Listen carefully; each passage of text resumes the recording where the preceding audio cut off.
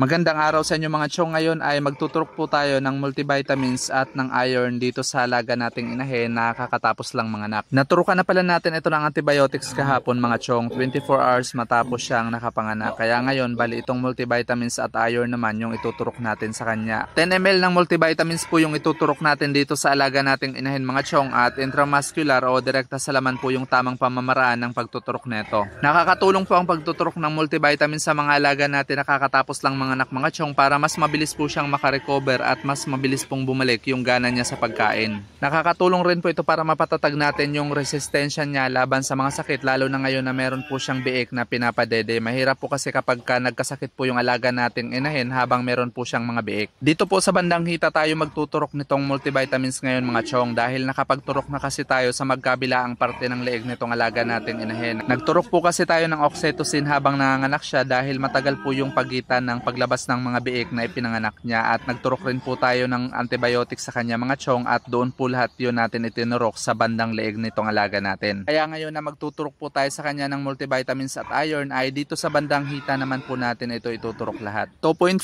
ml rin po ng iron yung ibibigay natin sa kanya mga chong, at intramuscular o direkta sa laman rin po yung tamang pamamaraan ng pagtuturok neto. Nililimitahan rin po muna natin yung dami ng lactating feeds na ipinapakain natin dito sa alaga nating inahin mga chong, lalo na at kakatapos niya lang pong manganak. Ito ay para maiwasan na rin po natin na magtae po yung mga biik na ipinanganak niya, dahil yung mga biik kasi mga chong kapag bagong silang pa lang po sila ay hindi pa po yan gaanong malakas kumonsumo ng gatas. Kaya kung dadamihan po kaagad natin yung pakain ng lactating feeds dito sa alaga nating inahin ay magpuproduce rin po yan kaagad ng sobra-sobrang gatas na hindi kayang maubos ng mga biik na isinilang niya. At kapag hindi po nauubos ng mga biik yung gatas ng inahin nila ay napapanis rin po ito sa loob ng katawan ng alaga nating inahin, kaya magre-resulta po ito sa pagtatay ng mga biik na ipinanganak niya. Kaya kung mapapansin po natin sa una hanggang sa ikalawang linggo, kapag sobra-sobra po yung pakain natin ay basa po yung dumi ng mga biik na kulay puti. At ibig po nitong sabihin ay kailangan po nating magbawas ng pakain doon sa alaga nating inahin, kasi kung hindi po natin ito maaagapan ay maaari po itong mauwi sa diarrhea. Ganito po yung itsura ng normal na dumi na hinahanap natin sa mga bagong silang na biik ng alaga nating inahin mga chong. Hindi po yung kulay puti o yellowish na basa.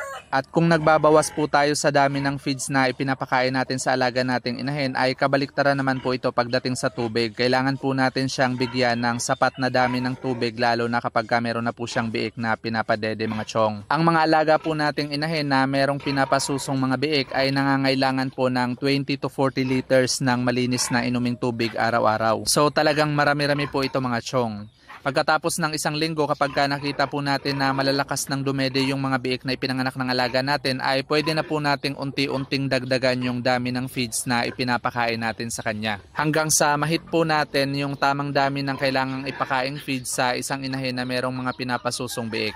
Ayan, so follow for more. That's all for today's video mga chong. Thank you for watching and happy farming!